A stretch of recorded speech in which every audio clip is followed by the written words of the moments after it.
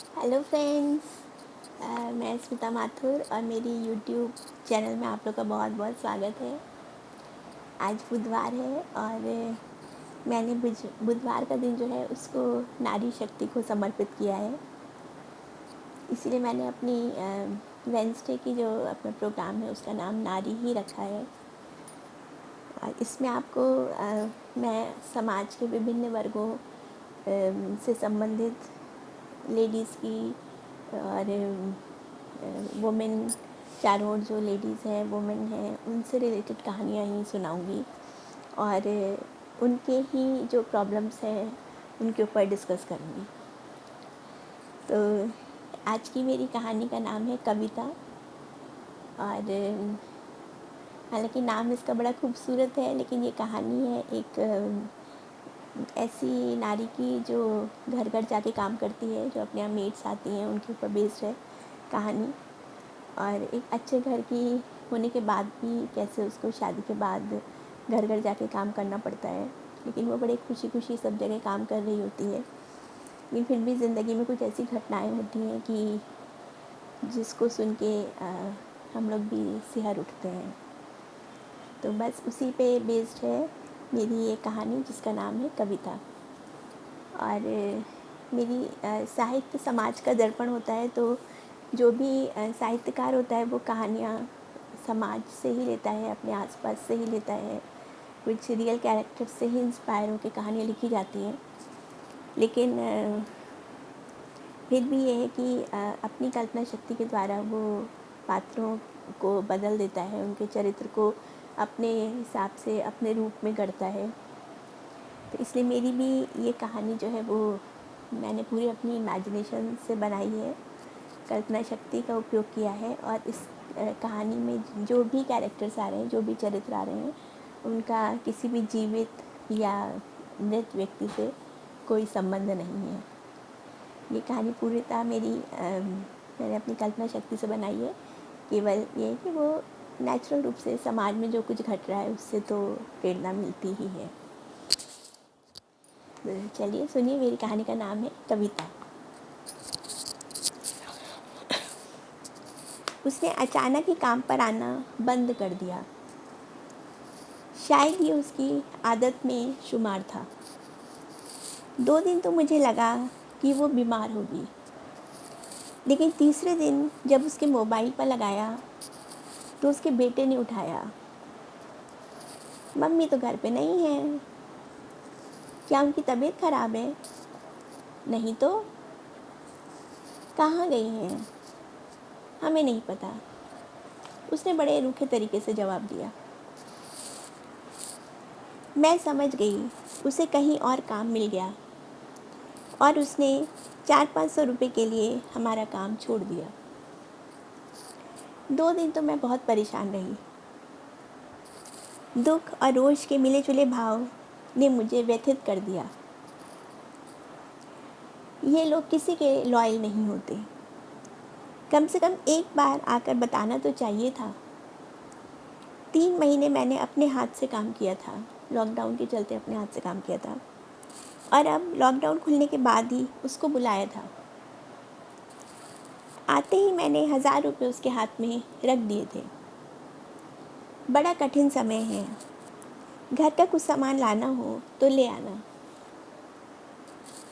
1 महीने की तनख्वाह भी उसे बुला कर दी थी। उस दिन बारिश में भीग कर आई थी। दीदी, मुझे साया यानी पेटीकोट दे दो, इसकी सबसे अधिक ज़रूरत होती है। मैंने अपने पहनने वाले पेटीकोटों में से पेटीकोट निकाल कर उसे दिए और अगले दिन से गायब। इन लोगों के लिए कुछ भी करने से फ़ायदा नहीं। पिछले साल मालन और उसके बेटे ने मिलकर हमारे घर पर ढावा बोल दिया था और अलमारी में रखा सोना और कैश ले गए थे और पूरी अलमारियां बिखरा दी थी। उस नेगेटिविटी को निकालने में हमें महीनों लग गए थे। जिनके भरोसे घर छोड़ा था उन्होंने ही ढाबा बोल दिया था पीछे से। हमने सभी पुराने नौकरों को हटा दिया था। और सभी नए लोग रखे थे, चौकीदार, माली से लेके बर्तन साफ करने वाले तक, सभी को। उसी फेर में कविता हमारे यहाँ आ गई थी। कुछ गोल सा चेहरा, गेहुआ रंग, चपटी नाक, भरा हुआ बदन और स्निग्ध हंसी। वो रोज़ एक से खूबसूरत साड़ियाँ पहन कर आती, बैजनी, नारंगी, फूलों से भरी सिंथेटिक साड़ियाँ।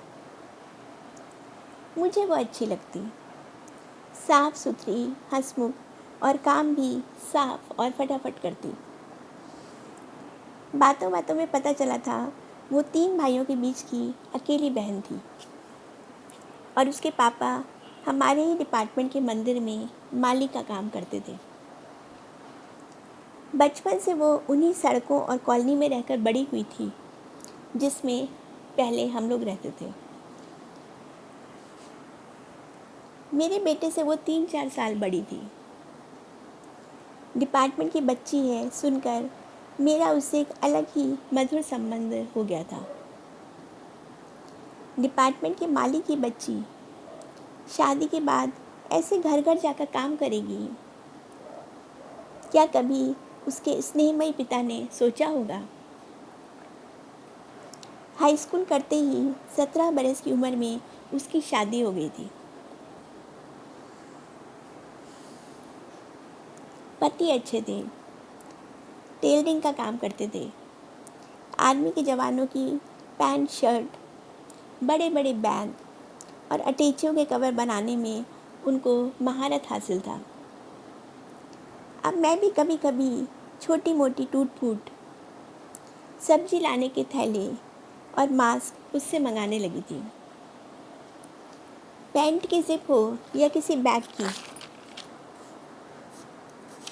वो ठीक करा के ले आती और धोकर भी सुखा देती। सब कुछ अच्छा ही चल रहा था।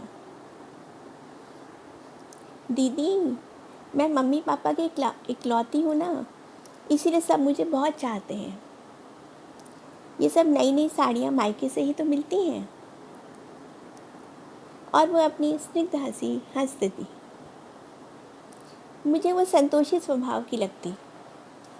शायद लॉकडाउन की परिस्थितियों के कारण ही आजकल वो थोड़ी टफ सी, रूट सी हो गई थी। उसकी वो स्वाभाविक हंसी भी खो गई थी। चेहरे पर सफ़ेद मास्क लगाकर जब वो काम करती तो उसकी स्निग्ध हंसी कहीं दिखाई ही नहीं देती। क्या पता इन लॉकडाउन के दिनों में इन लोअर कैडर के लोगों को क्या क्या झेलना पड़ा था। उसके पति को भी काम मिलना बंद हो गया था और किशोरावस्था के तीनों लड़के घर के अंदर बंद हो गए थे। उसके भी सभी काम छूट गए थे। केवल 2 घरों में बाहर बाहर बर्तन धोने का काम रह गया था। बाकी रोटी खाने का काम सब जगह का छूट गया। कोई भी आजकल खाना उससे नहीं बनवाता था। शायद इसीलिए जब उसे कहीं खाना बनाने का काम मिला, उसने हमारा काम छोड़ दिया था। चलिए अब इसके आगे की कहानी अगले एपिसोड में। और आशा है कि आसपास से जुड़ी हुई कहानी है और आपको अच्छी लग रही होगी। नारी तो नारी है, चाहे वो किसी भी वर्ग की हो, इसलिए मैं हर वर्ग की नारियों की कहानियाँ लेके आपके पास आऊँगी। तो चलिए आगे की कहानी नेक्स्ट एपिसोड में। Okay bye, see you.